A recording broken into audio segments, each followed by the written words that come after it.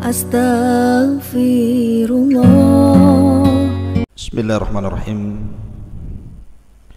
Assalamualaikum warahmatullahi wabarakatuh. Alhamdulillah. Alhamdulillahilladzi hamdan katsiran tayyiban mubarakan fihi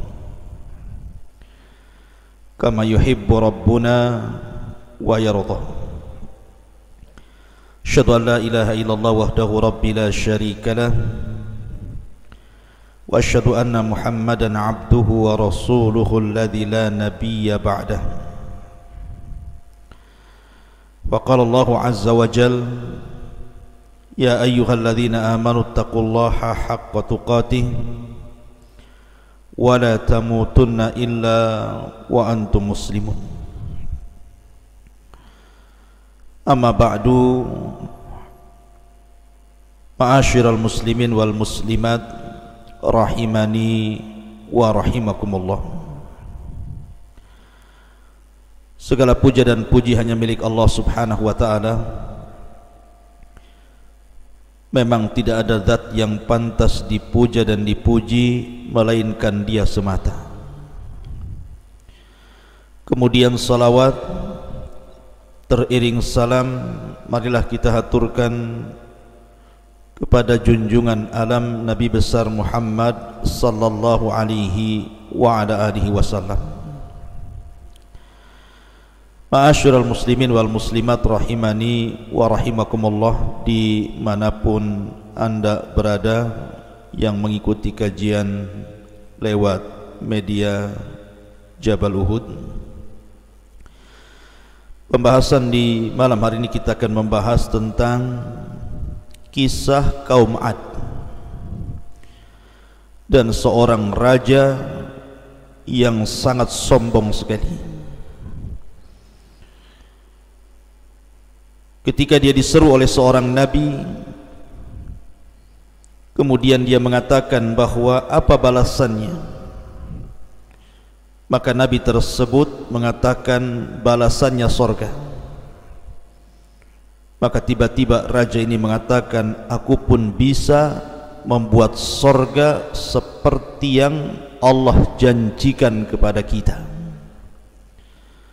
Akhirnya betul-betul dia pun membuat sorga di dunia yang katanya mirip dengan sorga yang ada di akhirat. Karena sombongnya. Bagaimana kisah kaum Ad ini? Dan siapa raja yang sombong ini? Kemudian hidup di zaman siapa kaum Ad ini? Lalu nabi siapa yang diutus kepada mereka? Apakah kemudian mereka menerima dakwah nabi tersebut ataukah menolaknya? Lalu azab apa yang akan Allah timpakan kepada mereka? Inilah yang kita akan bahas 1 jam ke depan, tentang kisah kaum Ad dan raja sombong yang membuat taman sorga tandingan dengan Allah subhanahu wa ta'ala. Ma'asyiral muslimin yang dimuliakan Allah subhanahu wa ta'ala, bicara tentang kaum Ad, kaum Ad itu artinya turunan daripada Ad ibn Iram, ibn Aus, ibn Sam, ibn Nuh alaihi salam. Dan Al-Quran banyak menyebut tentang cerita kaum Ad ini, karena tidak lepas daripada seseorang sosok Nabi yang pertama kali dari Nabi-Nabi Arab yang kita kenal dengan Nabiullah Hud alaihi salatu wassalam. Karena kita tahu bahwa Nabi Arab itu ada 4. Selebihnya Nabi-Nabi itu diutus kepada Bani Israel. Dan Nabi Arab itu dimulai daripada Nabiullah Hud, kemudian setelah itu Nabiullah Saleh, kemudian setelah itu Nabiullah Syuaib, kemudian setelah itu Rasul kita Muhammad sallallahu alaihi wasallam. Itu disebut nabi-nabi Arab. Selebihnya semua nabi diutus kepada Bani Israel. Ma'asyiral muslimin yang dimuliakan Allah Subhanahu wa taala, di dalam Al-Qur'anul Karim pada ayat yang mungkin kita semua sudah hafal, surah Al-Fajr, Allah Subhanahu wa taala berfirman, alam tara kaifa fa'ala rabbuka bi'ad irama dhatil imad allati lam yukhlaq mithluha fil bilad. Tidakkah engkau wahai Muhammad memperhatikan bagaimana Tuhanmu berbuat terhadap kaum Ad, yaitu penduduk Iram, ibu kota kaum Ad, yang mempunyai bangunan-bangunan yang sangat tinggi yang belum pernah dibangun satu kota manapun di dunia ini.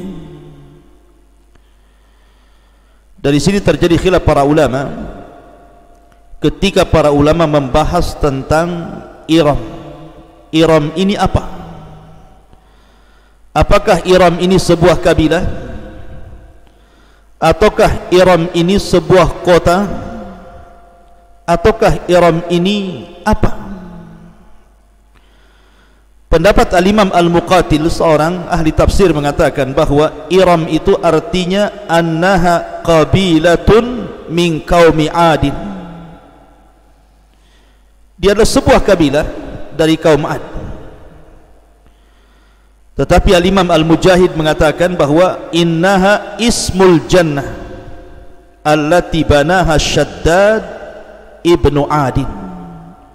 Bahwa Iram itu sebuah sorga, sebuah kota yang sangat indah yang dibangun oleh seorang raja yang namanya Shaddad, putra daripada Ad. Ma'asyiral muslimin yang dimuliakan Allah Azza wa Jalla, dari sini kita jumpa dengan nama raja tersebut, Shaddad ibnu Ad, salah seorang raja dari raja-raja Arab dari kaum Ad Al-Badi'ah.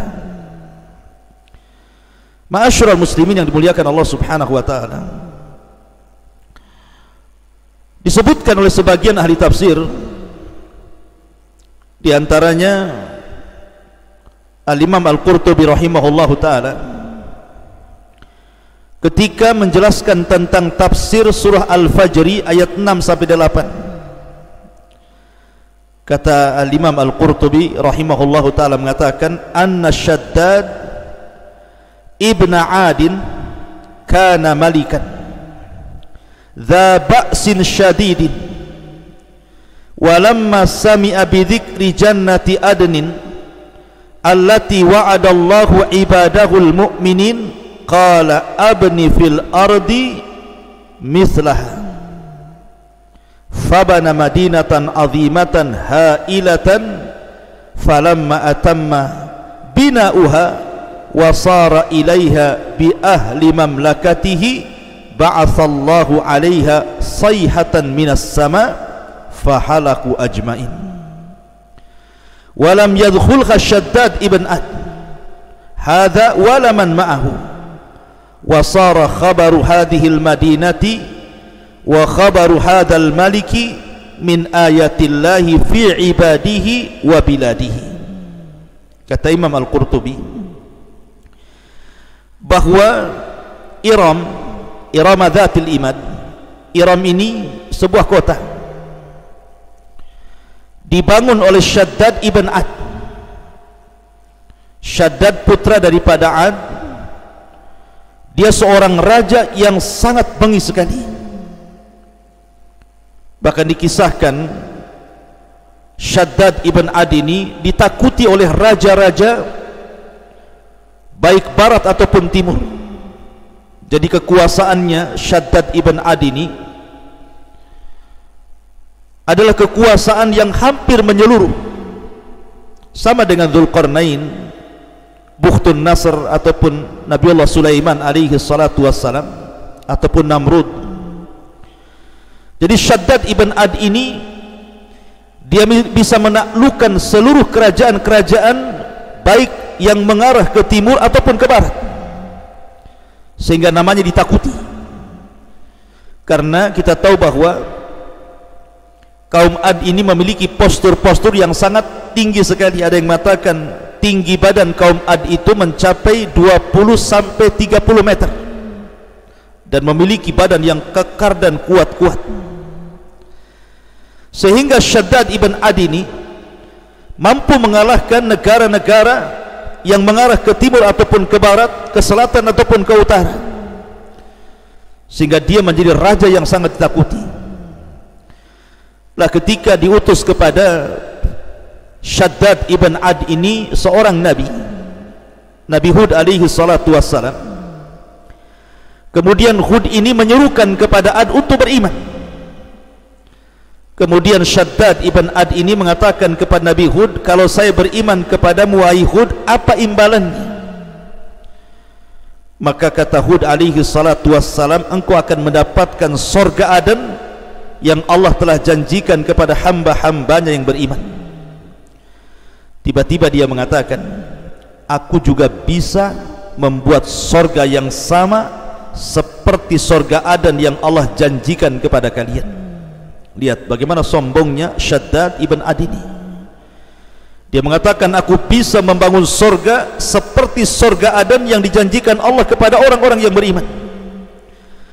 Akhirnya dia pun menyurati seluruh raja-raja dan negara-negara taklukannya untuk menyerahkan emas-emas mereka, perak-perak mereka, mutiara-mutiara mereka, perhiasan-perhiasan mereka. Akhirnya dia membangun sebuah surga menurut dia, dengan sangat megahnya bangunannya, sampai dijelaskan dia membangun surga itu selama 300 sana, 300 tahun dia membuat kota yang berbentuk surga itu.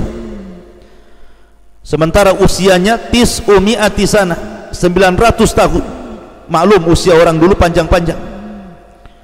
Jadi dia membuat semacam kota yang sangat indah, kononnya mirip dengan surga Aden yang Allah janjikan kepada orang-orang yang beriman, di mana istananya terbuat dari emas dan perak, kemudian juga mutiara-mutiara, kemudian juga ditanami pohon-pohon indah, kemudian air yang mengalir dengan sangat indahnya, dan istana itu menjadi perbincangan dunia kala itu. Itulah yang disebut dengan Iram. Iram adalah sebuah surga, sebuah kota yang sangat indah, yang Allah subhanahu wa ta'ala mengatakan lam yukhlaq mithluha fil bilad, yang tidak pernah diciptakan sebelum dan sesudahnya. Hanya orang-orang Ad saja yang mampu menciptakan Madinah seindah itu, yang kononnya kata Shaddad ibn Ad itu mirip dengan surga Ad. Dia tidak mau beriman kepada Nabi Hud, justru menentang Allah subhanahu wa ta'ala dan mengatakan, aku pun bisa membuat surga yang sama seperti surga Aden katanya. Na'udzubillah, congkak dan sombong. Ma'asyiral muslimin yang dimuliakan Allah subhanahu wa ta'ala. Makanya kemudian apa yang terjadi karena kesombongannya, maka Allah subhanahu wa ta'ala mengutus sayhatan minas sama, sebuah teriakan dari langit, fahalaku ajmain, maka satu kota Allah binasakan. Lah ketika itu Shaddad tidak sempat masuk ketika kota itu dihancurkan oleh Allah, dirobohkan, sehingga kota yang sangat indah yang dibicarakan dunia tiba-tiba menjadi padang pasir. Tidak ada satupun yang tersisa dari kota itu kecuali dihancurkan Allah azza wa jalla. Lah Shaddad ini tidak masuk ke kota itu, artinya tidak kena azab, dan orang yang bersamanya. Maka ketika kemudian habar terhadap kota tersebut dan habar terhadap Raja Shaddad ibn Ad ini, makanya diabadikan dalam Al-Quran surah Al-Fajr, Irama dhatil imad allati lam yukhlaq mithluha fil bilad. Ini satu pendapat. Akan tetapi Al-Imam Ibnu Katsir rahimahullahu taala, beliau membantah kisah ini, bahwa kisah tentang Syaddad ibn Adi ini adalah kisah yang sangat batil, yang berasal dari kisah-kisah Israiliyat. Artinya lebih dekat kepada khurafat dibandingkan kepada hakikat. Sehingga pendapat yang kuat bahwa yang dimaksud Iram Dzatil Imad, Iram di sini artinya kabilah yang Allah Subhanahu wa taala hancurkan, dan mereka adalah orang Arab yang disebut Al-Arabu Al-Badiyah, yang sudah punah. Ma'asyiral muslimin yang dimuliakan Allah Azza wa Jalla, baik kita akan urut ceritanya.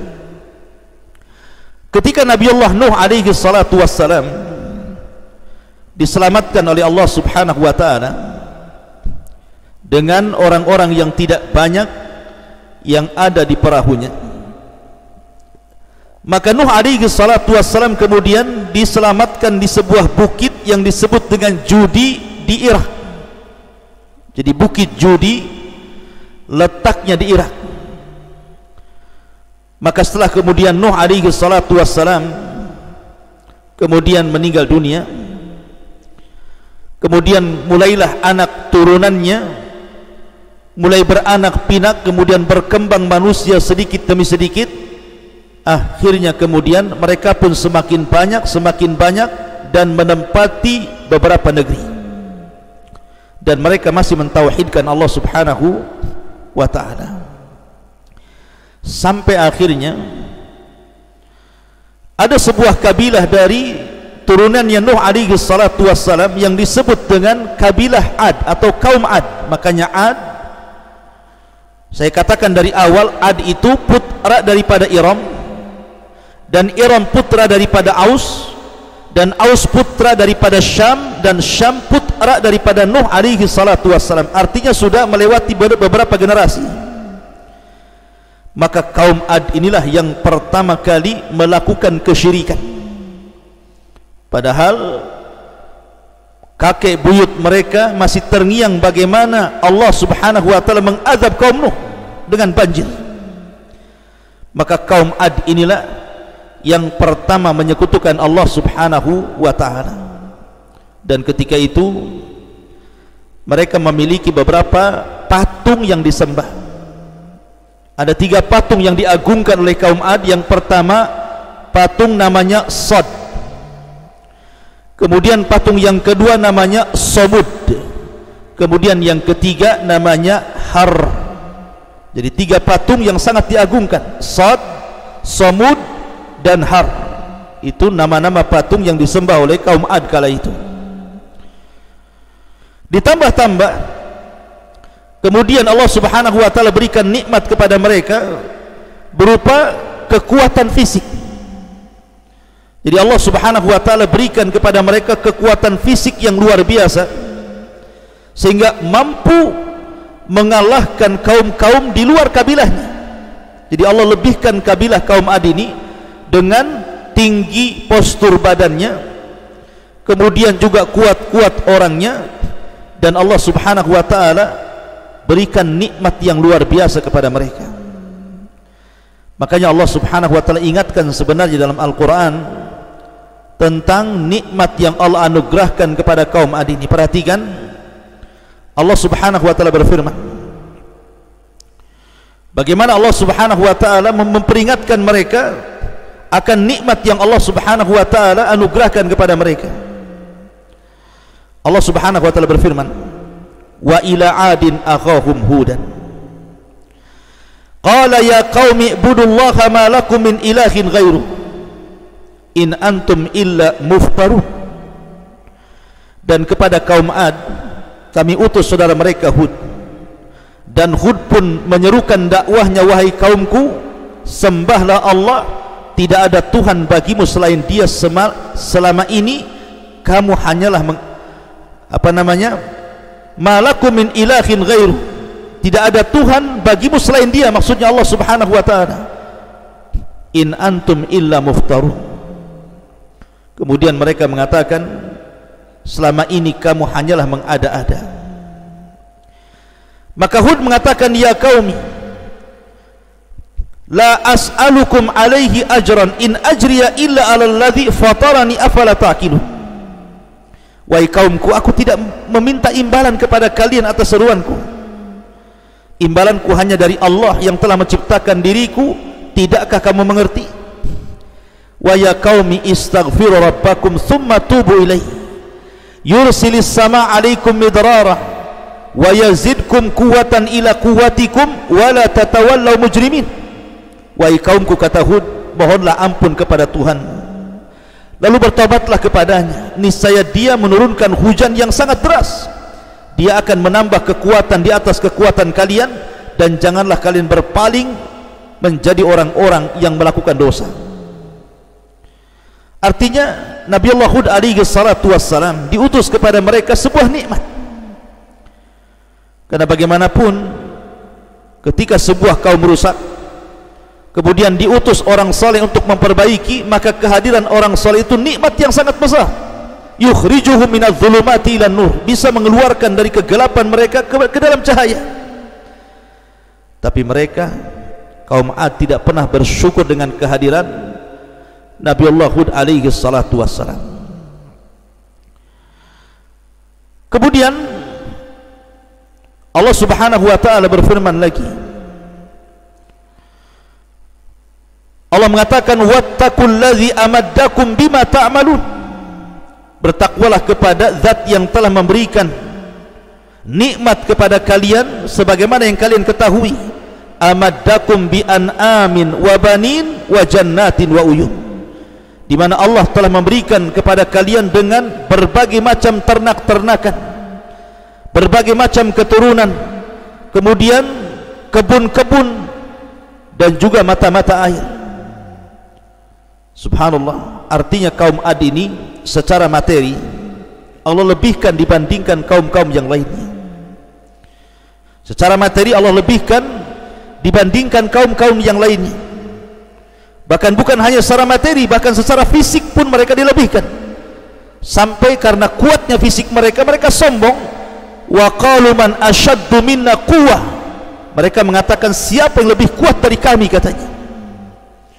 Maka Allah jawab, awalam yarau annallaha alladhi khalaqahum huwa ashaddu minhum quwwah.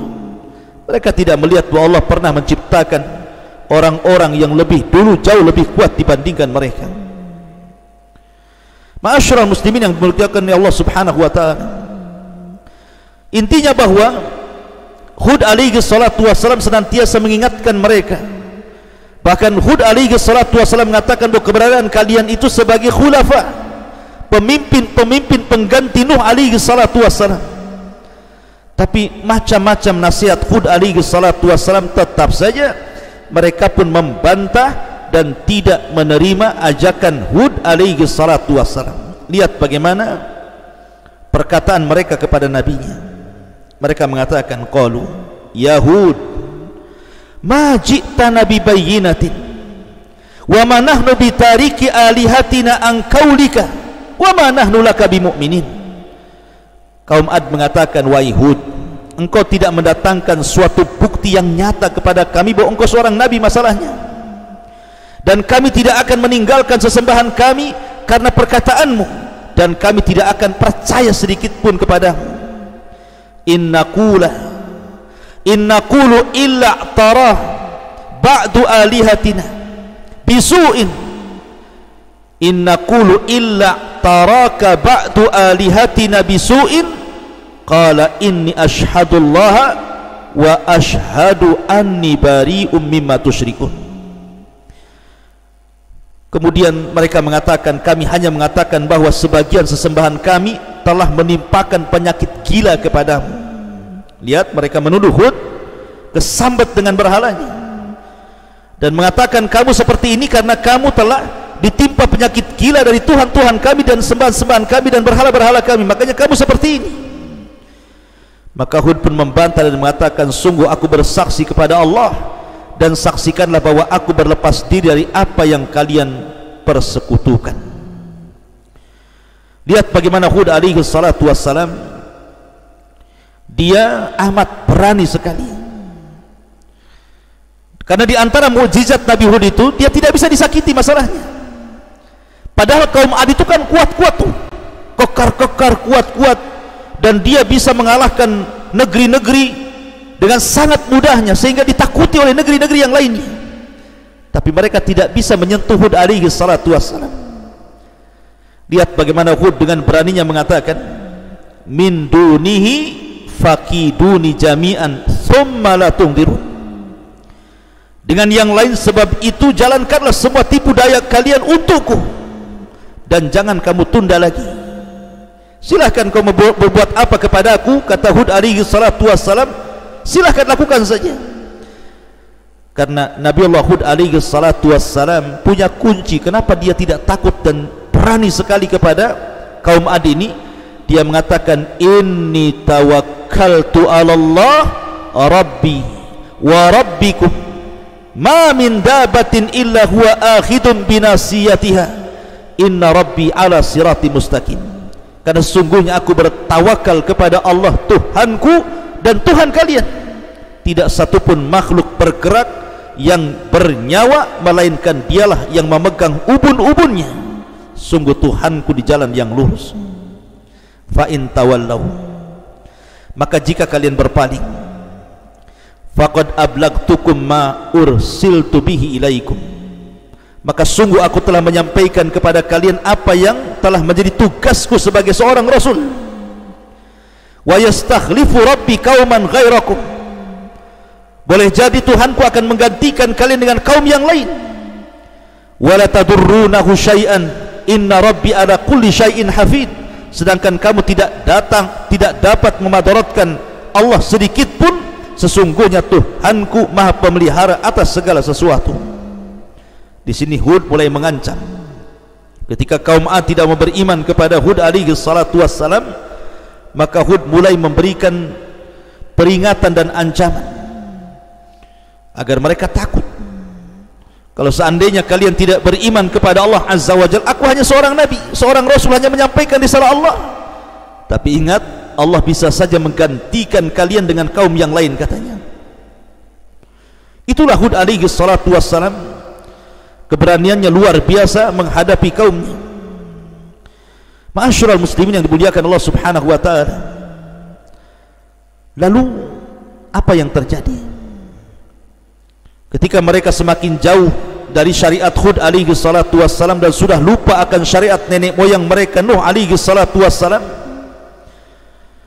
Bahkan mereka sombong dan congkak. Bahkan para pemimpin mereka mengatakan, wa qala al mala'u min qaumihi alladhina kafaru wa kadzdzabu bi liqa'il akhirati wa atrafnahum fil hayatid dunya ma hadza illa basharun mithlukum ya'kulu mimma ta'kuluna minhu wa yashrabu mimma tashrabun.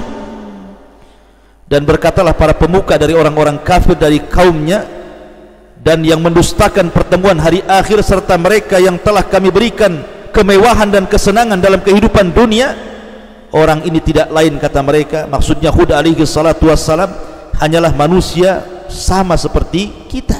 Dia makan sama kita juga makan, dia minum sama dengan minum, dia hanya orang biasa, katanya. Ma'asyiral muslimin yang dimuliakan Allah subhanahu wa ta'ala, bahkan mereka mengatakan, hayhat hayhat lima tu'adun, jauh-jauh dari kebenaran apa yang diancamkan Hud kepada kami. In hiya illa hayatuna dunya namutu wa nahya wa ma nahnu bimab'utsin. Kehidupan itu tidak lain hanyalah kehidupan kita di dunia, di sanalah kita mati dan hidup dan tidak akan dibangkitkan selamanya. Lihat bagaimana pemahaman ateis itu sudah ada sejak zaman kaum Ad. Tidak percaya dengan hari kebangkitan, bahwa kami hidup dan mati itu karena masalah waktu saja, katanya, bukan karena Allah subhanahu wa ta'ala. In huwa illa rajulun iftara 'ala Allahi kadziban wa ma nahnu lahu bimu'minin. Dia tidak lain hanyalah seorang laki-laki yang mengada-adakan kebohongan terhadap Allah, dan kita tidak akan percaya kepadanya.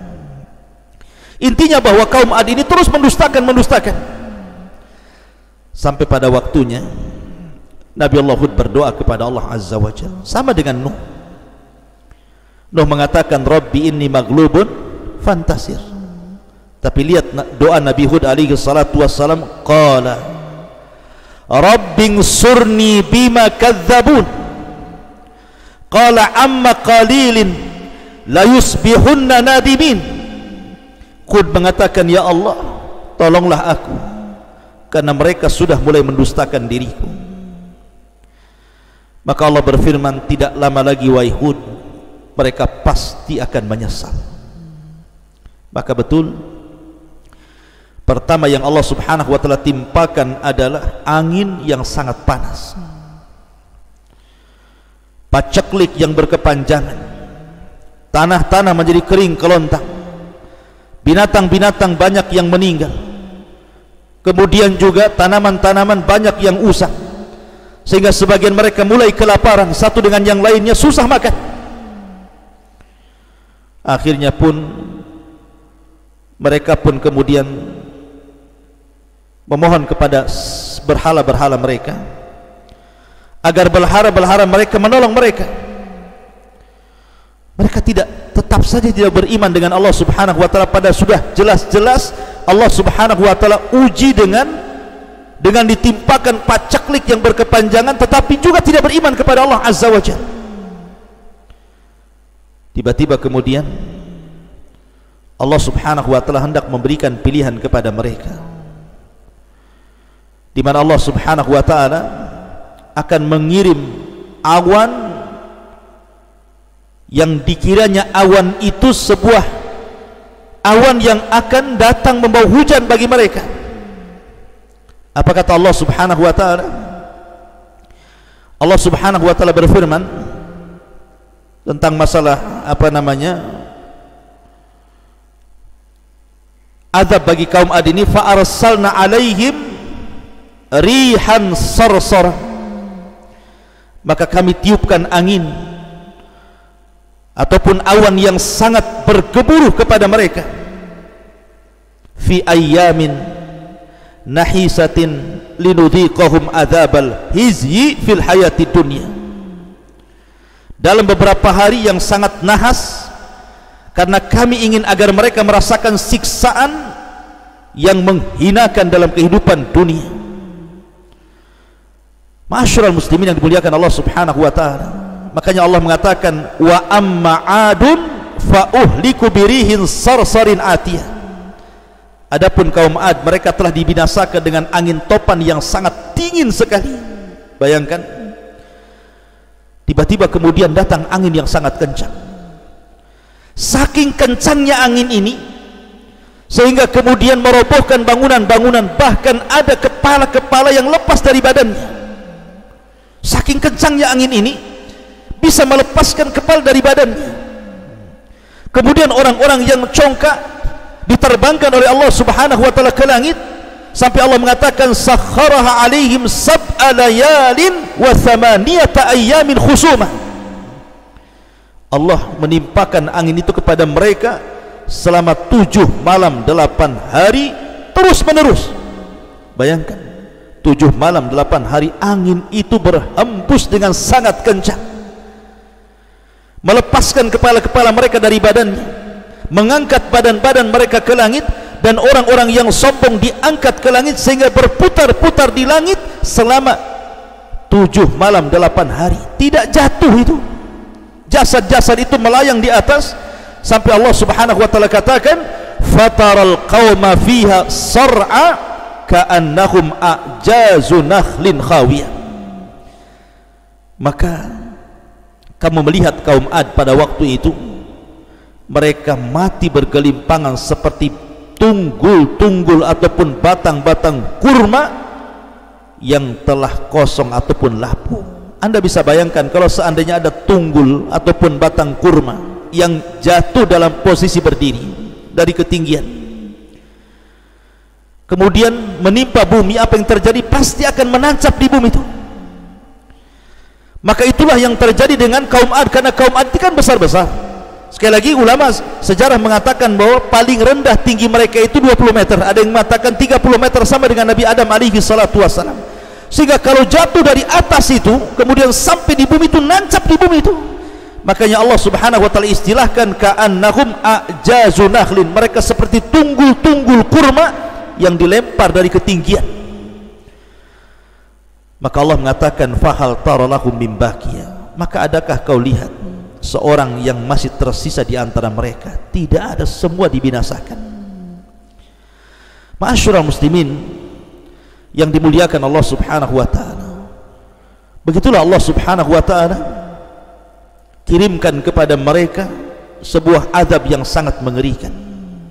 Azab bagi kaum Ad yang menjadi pelajaran bagi kaum-kaum setelahnya, bahkan azab ini sampai dikenang oleh orang-orang Quraisy di zaman Rasul.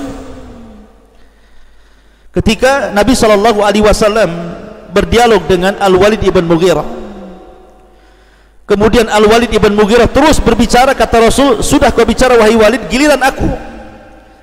Tiba-tiba Nabi SAW membacakan satu ayat dalam Al-Quran, fa in a'radu faqul anzartukum sa'iqatan mithla sa'iqati 'adin wa thamud.